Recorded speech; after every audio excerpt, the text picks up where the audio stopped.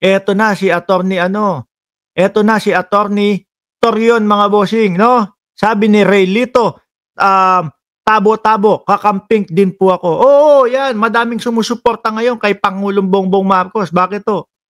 Nakita mo na ba na, ipakulong ba naman si Kibuloy? Ipakulong naman po yung mga korap. Oh, 'di ba? Imbestigahan naman po lahat. Oh, si dating Pangulong Duterte. Huwag niyo sasabihin kay Pangulong Bongbong Marcos, ha? Na sinabi ko sa inyo to. Hindi ako naniniwala na wala siyang utos na mapunta sa dahig si dating Pangulo. At ako ho, mga kababayan, naniniwala ho ako, baka pinaghahandaan na din po si Bato de la Rosa na mapunta doon sa Hague. Oh, speaking of Bato de la Rosa, eto na. Si Torrio, sino to? Kaibigan, best friend to ni Sangkay Janjan eh. Etong si ano pangalan nito? Yan. Yung newscaster, si Ed Lingao, no? Sumunod si Torion. Sumunod, hindi ko nakilala yung babae, dalawa. Pakibayo ng like, malilimutan na, sabi ni Nick Candido. Sabi ni Mr. White, forever. 163 po ang like. No? Panghi ng amoy ng mga DDS. Ito, katabi ko ngayon sa boss. Grabe no. Oy, DDS! Alugin mo yung ulo. Baka magising din. Baka maging supporter na din ni Pangulong Bongbong Marcos. Baka kailangan lang ho ng konting alug ng mga ulo ng mga DDS, mga bossing eh. No, para maliwanagan ho eh. O game! Si Bato daw ho, mga kababayan, ang sinasabi bakit naman ganito yung mukha nito? Yun. Kamukha ni Kengkoy to, alam nyo ho, mga bossing, yung lolo't lola namin. Ayan, nandyan ang kapatid ko si Kuya Marlon. Oh. Mahilig kong bumili ng mga comics yun, di ba? Tapos, ang nababasa ko ho, si Kengkoy lagi. Si Kengkoy. Kamukha ni Kengkoy doon sa comics, itong si Torion eh. O, tingnan nyo yung itsura, mga boss. Ang sabi ni Torion, ginagawa lang daw pong hindi available ni Bato de la Rosa ang kanyang sarili. O, biruin nyo ho yun. Ulitin ko ginagawa lang daw po ni Bato de la Rosa na hindi available yung kanyang sarili. Kung matandaan nyo po, ginamit din ho ni Torion niya kay Kibuloy. Di ba? Kung maalala nyo po, sabi, hindi po nagtatago, hindi po wanted si Kibuloy. Hindi lang, ginagawa niya lang pong hindi available yung kanyang sarili. Ibang klase itong mga, yung mga makabagong mga lawyer. Oh, mabuti pa yung Alpalo eh. Oh, shout out kay Attorney Panela, no? Meron kaming inaasikaso niyan. Game. Pakinggan natin itong mga to. Sir, are you still in touch with Senator Bato de la Rosa? Kasi a couple of days ago, I understand hindi na pumapasok si Bato. Magtatatlong linggo na ho, mga kababayan. Yung pera na ikinakaltas na sa atin, kinsenas katapusan, pinapapasweldo kay Bato de la Rosa, tapos wala naman pong napapala ang mamamayang Pilipino. Wala naman pong napapala ang bayang Pilipinas. Di ba?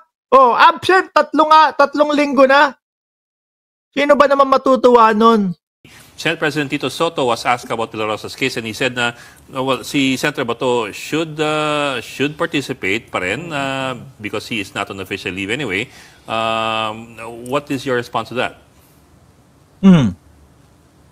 Well, knowing na medyo sabog kasi yung messaging ng gobyerno, hindi talaga natin alam kung may warrant of arrest na. Wala, ayaw ipaalam sa inyo. Ayan nga, hindi nyo pa alam kung talagang may warrant of arrest eh. Di ba? Nagtatago na. Pero ano sabi ni ni Bato? Ang sabi ni Bato de la Rosa, I am ready daw. Mark, naalis ang antok ko. Sabi ni Ma'am Tess, Malbataan, no? 5136. Mark, naalis ang antok ko sa'yo. No? Almost 1 p.m. Samahan nyo muna kami dito. 1 a.m. pa lang naman yan eh. Oh, sa Europe, shout out po sa inyo. At kay Perlita Smith, no?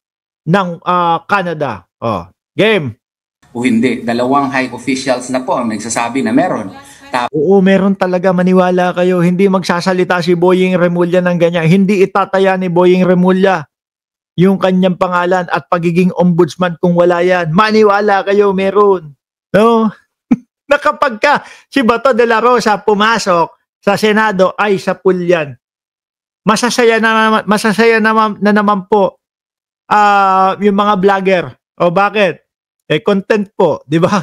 Masasaya naman po yung mga supporter ni Pangulong Bongbong Marcos. Bakit? Ang tagal na nilang gusto din yung mga yan eh. Tapos yung DOJ naman, sabi wala, yung DFA wala. So we also would like to be clarified as to what procedure would be applied if indeed there is a warrant of arrest. Would it be extradition rules or would it be surrender? And I have heard Ayan. Sa tingin nyo mga kababayan, kayo dyan sa comment section, no? Susuko si Bato? Press 1 kung susuko si Bato. Press 2 kung manlalaban si Bato.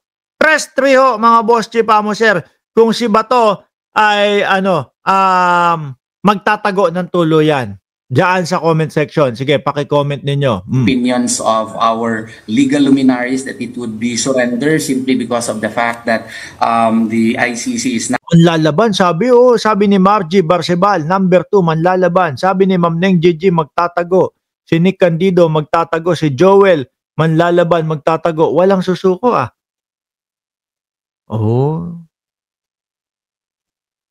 Pero sabi niya, I am ready daw Pero mukhang hindi na magpapakita mga kababayan. at a state pursuant to Rule 1, Section 3M, so therefore extradition rules would apply. I have a counter opinion. Sabi ni Tiven Gem, nagsayang lang kayo ng panahon hanggat nasa panig namin ang kasundaluhan. Walang magagawa mga kabulastugan nyo. Nagsayang lang kayo ng panahon, oras, araw. Para ho yata yan sa mga DDS. Kasi nasa panig ng gobyerno ang mga kasundaluhan di ba?